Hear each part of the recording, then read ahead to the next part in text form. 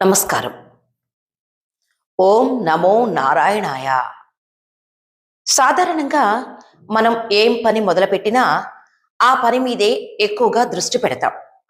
ఆ పనికి సంబంధించి మనం ఏం చేయాలో అన్నీ చేస్తాం.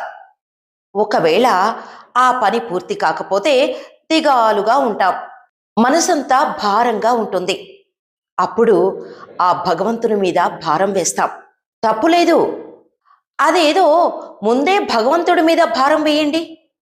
మనం ఆ పనికి ఎంత శక్తి సామర్థ్యాలు కావాలి, దానికి మనం ఏమేమి చేయాలి అనేది ఆ పైవాడు మనతో చేయించుకుంటాడు. ముఖ్యంగా ప్రతిరోజు ఉదయం లేవగానే కాలకృత్యాలు పూర్తి చేసుకొని స్నానం చేసి మీ దగ్గరలో ఉన్న ఏదో ఒక గుడికి వెళ్ళి ఆ భగవంతుణ్ణి దర్శనం చేసుకోండి.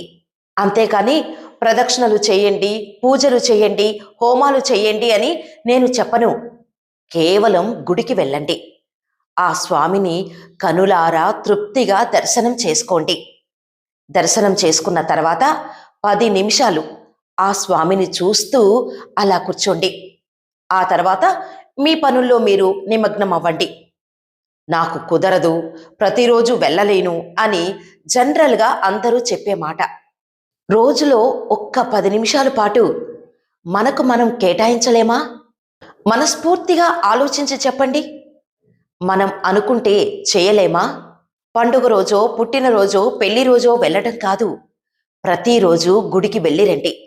ప్రతిరోజు దైవ దర్శనం అనేది మన అరా పెంచుతుంది. శరీరానికి ఆహారం ఎంత అవసరమో మనసుకు కూడా ప్రశాంతతతో పాటు ఓర్పు, సహనం ఇలాంటివి అంతే అవసరం. ఇవన్నీ దైవ దర్శనం ద్వారా మనకి సహకారం అవుతాయి. ఉదాహరణకు చెప్పాలంటే మీ ఊరిలో కరెంటు సబ్స్టేషన్ ఉంటుంది. బజారులో ట్రాన్స్ఫార్మర్ ఉంటుంది.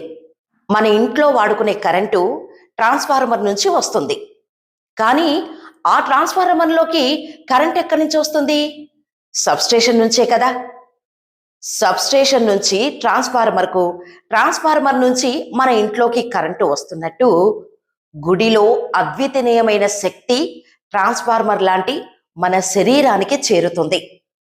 అది మన నుంచి మన కుటుంబ సభ్యులందరికీ ట్రాన్స్ఫర్ అవుతుంది. తద్వారా మనలో సాత్విక గుణాలు చేరి ఓర్పు, సహనం పెరుగుతుంది. ఆలోచన శక్తి అధికమవుతుంది. మనలో చీకటి పోయి వెలుగు ప్రకాశిస్తుంది. అజ్ఞానం పోయి జ్ఞానం పరిడవిల్లుతుంది.